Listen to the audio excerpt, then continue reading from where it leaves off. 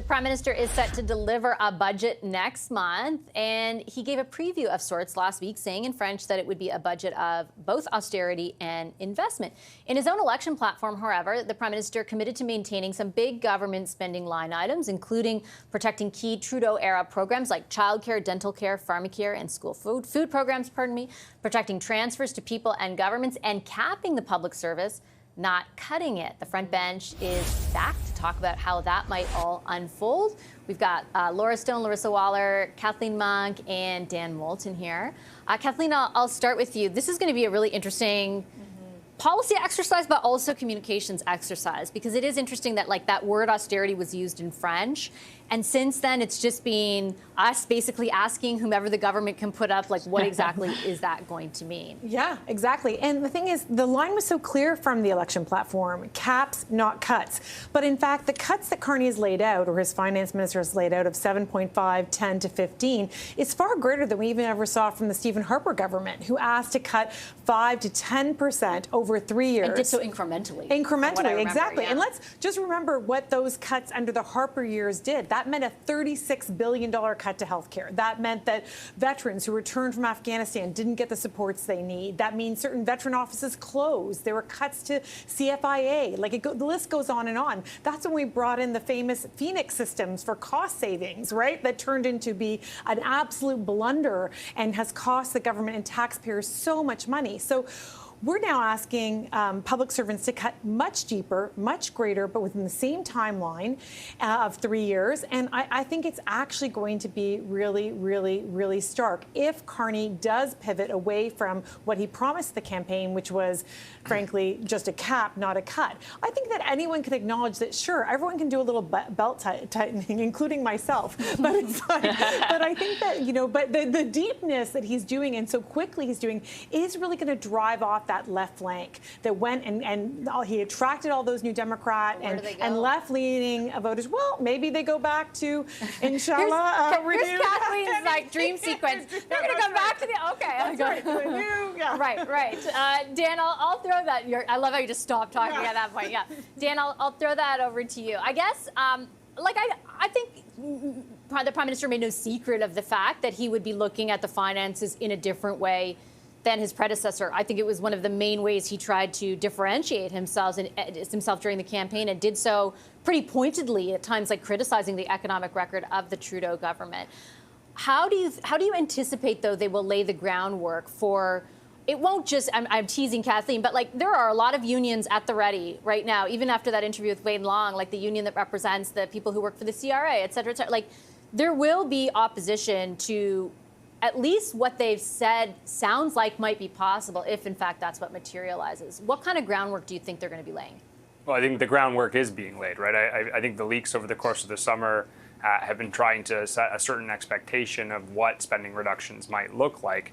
And it remains to be seen whether or not that magnitude will actually be delivered in what we see from the finance minister this fall, or even in future documents from the federal government in the spring of next year. So let's wait to see the extent to which they actually bring forward reductions on that scale. I do think Canadians elected the government to clean up some of the finances in Ottawa and deal with some of the spending. They've been clear about the need to address that.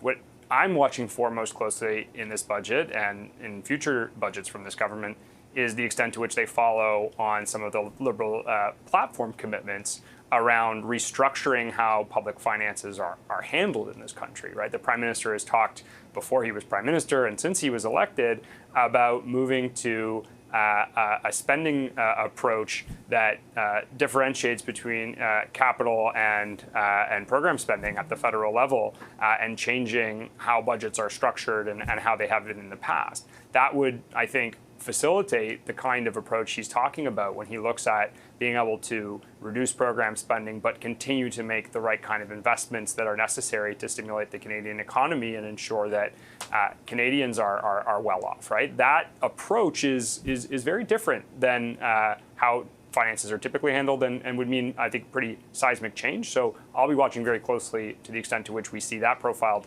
in the budget in a few weeks' time.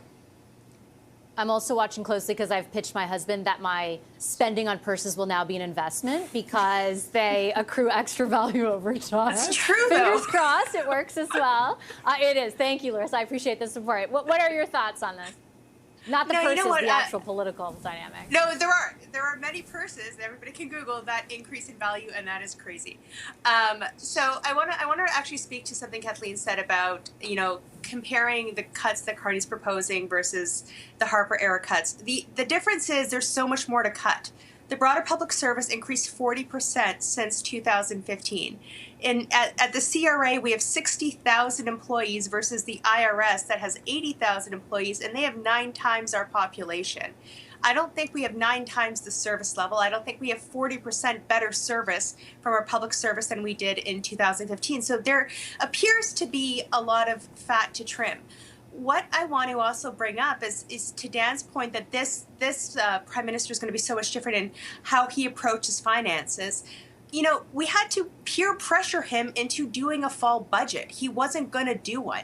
And somebody who doesn't understand the importance of transparency and telling the electorate what you're going to do, how much you're going to spend, where you're going to make the investments, I have very little confidence that he's going to actually read the room here. He wants to talk about big projects and big programs and, the national interest stuff, and it's all been great on paper. We haven't seen anything happen in real life. And I think if you look at the youth, for example, that Pierre Poilievre is speaking to, they don't want another program. They just want the opportunity to get a job and buy a house and live their Canadian dream.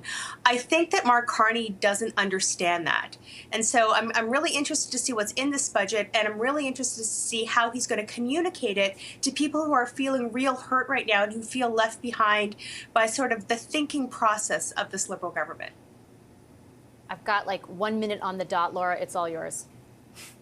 I think Mr. Carney's probably kicking himself that he agreed with the language of the French reporter in the Scrum last week who used the words austerity and that he repeated. I'm sure he would not have personally chosen that terminology because it does have very negative connotations. I think in the minds of the public, I think at this moment, he still does have a lot of legitimacy in the economic and financial space because of his background and his experience. I think there's a lot riding on the budget and expectations will be very high as to exactly how the government's going to fulfill its lofty mandate. I find it interesting that the Conservatives' argument is that they actually don't think he's going to pursue austerity enough. They don't actually believe that he's going to make these cuts. So I think that actually might, put the government in a bit of a fortunate position because they may be feeling squeezed from both sides, and that's where they like to be. They like to ride the middle. So we really won't know what this kind of unclear mumbo jumbo of austerity and investment really means until that budget is tabled. But I think they may be able to pull it off just because they'll be feeling squeezed from both sides of the political spectrum.